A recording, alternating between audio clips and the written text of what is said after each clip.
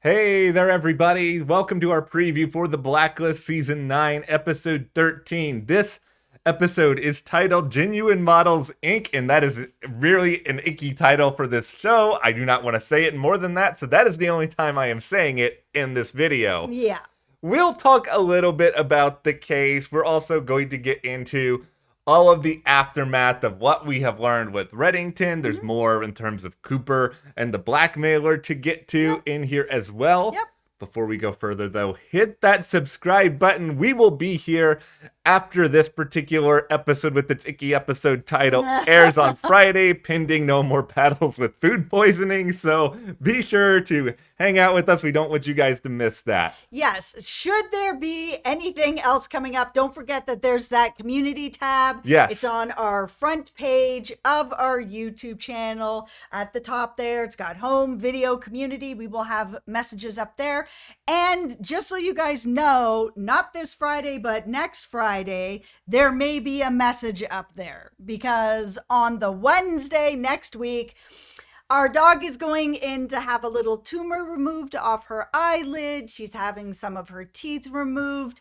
And we may not be doing any videos on Wednesday, Thursday, Friday until she's feeling better. So check the community tab just to see, if she's doing better. Maybe we'll do the video. Yeah. But if not, check community tab. All right. And also follow us on Instagram at Matt and Jess TV. We've got a lot of fun stuff coming up here over the next couple of weeks that we will show off over there. Yes. All right. So first and foremost, let's just guest star news here. Fresh off of being McGee's mother-in-law on NCIS, Patricia Richardson, who a lot of you probably know as Jill from Home Improvement, she is going to be on this episode as well. Yep. There's photos of her, with James Spader. I guess if you're a big-name guest star coming on this show, you're probably like, do I get to work with James Spader? They say yes, and you're like, okay, I'm on board. Sign me up. The crummy thing right now is there's not really a lot of clarity as to who exactly she's going to be playing. Yeah, we're not really sure yet. I mean, the synopsis does say that Red and a friend are going to attempt to recover an item after they reunite at a memorial. It's probable, I would think that she would probably be that friend. I want to know, why have you kept this friend from us, Reddington? Because it does seem like that would be a great role for her to play just because she's really good at sort of being these kind of affable, talkative, really fun characters. Yeah, she really is. And then the other question comes up okay, whose memorial would they be reuniting at? Because we saw Reddington, at Liz's grave, I guess sort of at Liz's grave this past episode, but he was kind of at a distance from the rest of the task force. He wasn't really with anyone else at that point. I so wish he had gotten out of the car. I think everyone would have understood. I know why he didn't, and he really kind of just wasn't ready to be there, and that's fine. Like we said in our review, everybody grieves differently. They process things on their own time, but man, wouldn't that have been such a great shot to see the whole team together with Reddington for just that one moment where everyone's on the same page? It would have been a nice way to sort of push everything forward this season because they could all actually work together on solving this tracker mystery. Wouldn't it be a very weird feeling for us all to actually watch Reddington and the task force be in full unison on something without a lot of secrets and lies going back and forth? I would have also just liked to have seen something that brings them all together where they really are there to be able to give comfort to each other because they've all lost that same person and they're all feeling pain. Reddington has really isolated himself in a lot of ways with this, and it would have been kind of just a cool moment if either he came out on his own out of the car or somebody noticed the car and just went over and was like, hey, would you like to come out? We would like you to come out. And then he would come out. And then everyone would hug him. Okay, okay, now I'm just making fan fiction. I don't care. I'm gonna go with I like your fan fiction. So this is now almost canon. Not actually canon, but almost canon. I could see Aram doing this. So I think Aram probably would have done something like that. And maybe it happened. Maybe Reddington said no. I don't know, but I believe in you, Aram. Okay, so the other, I guess, sort of possibility here for who Patricia could be playing is the task force in this episode, they're led to an unusual suspect and this is tied to some wealthy clients of an apparent service. Let's just say, for the sake of not getting demonetized here, that this is a service involving a very particular group of women who get hired for a particular purpose. I think that makes it clear. Some of these, or sometimes men. yeah, sometimes men as well. Well, some of these wealthy clients are dead. Why is this suspect so unusual? Why would they be weird? Maybe it's because it was Patricia Richardson. Is Patricia Richardson off murdering a lot of wealthy clients? What is if she is playing like some sort of serial killer in this episode? It is so weird, but then again, The Blacklist is such a weird show. Yeah, I mean, we've seen people from sitcoms that play these like really wholesome characters then go and play Walter White. You know what I mean? Like, this could absolutely be a thing where Patricia Richardson's like, I get to play what? Absolutely.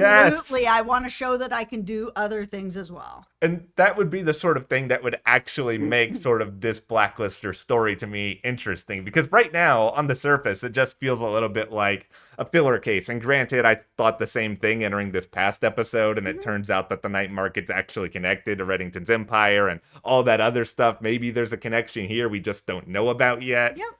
The other thing I'm sort of just thinking about when it comes to like the bare pieces of this episode is that let's say that Patricia Richardson is like the unusual suspect. Then who is the friend Reddington is working with later?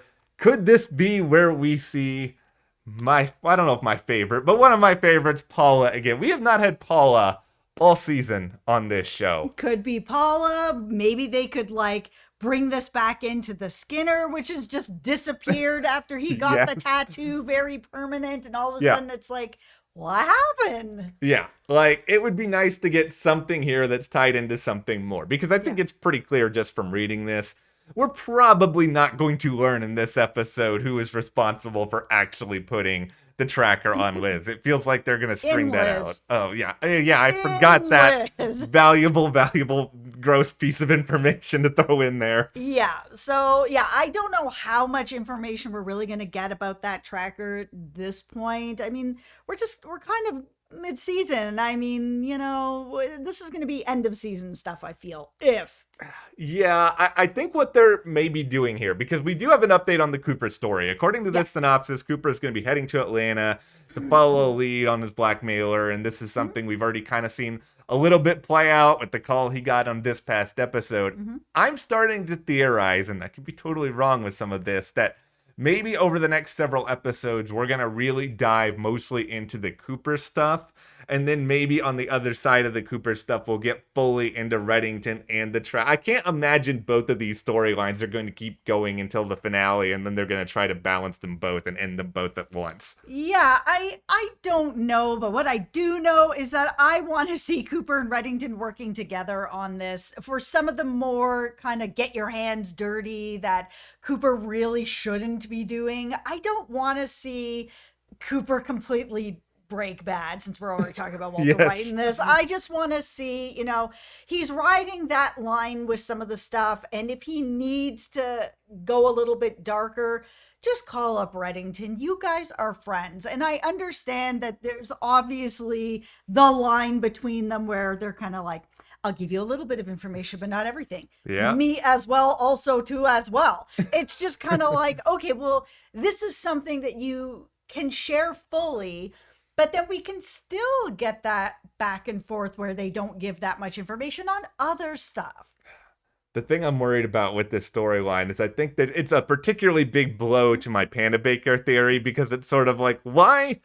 If Panabaker is responsible for all this, why Cooper need to go to Atlanta? Like, Panabaker's just like right there in DC. He can just like walk across the street at that point, and it just sort of feels like, okay, we're going really far off the map here now. Yeah, he's got to be following something, either on Andrew or maybe they mentioned like a girl, someone Yeah. that was connected to the bartender. Like, I don't know. They're not clear in the synopsis because it's a synopsis and they're not going to tell us much of anything. No, and because NBC still refuses to actually give us like real tangible promos with good information in them, this is what we got, everybody, other than we know that Panabaker is coming back in episode 14. So you can look forward to that then, and then maybe I'll be completely and totally wrong with everything at that point. Or you might be right. I will be. Yeah, you might be right. I might be right. I will be excited and or interested in being right. If this show clowns me and she's like completely innocent, I'm just gonna be like, well,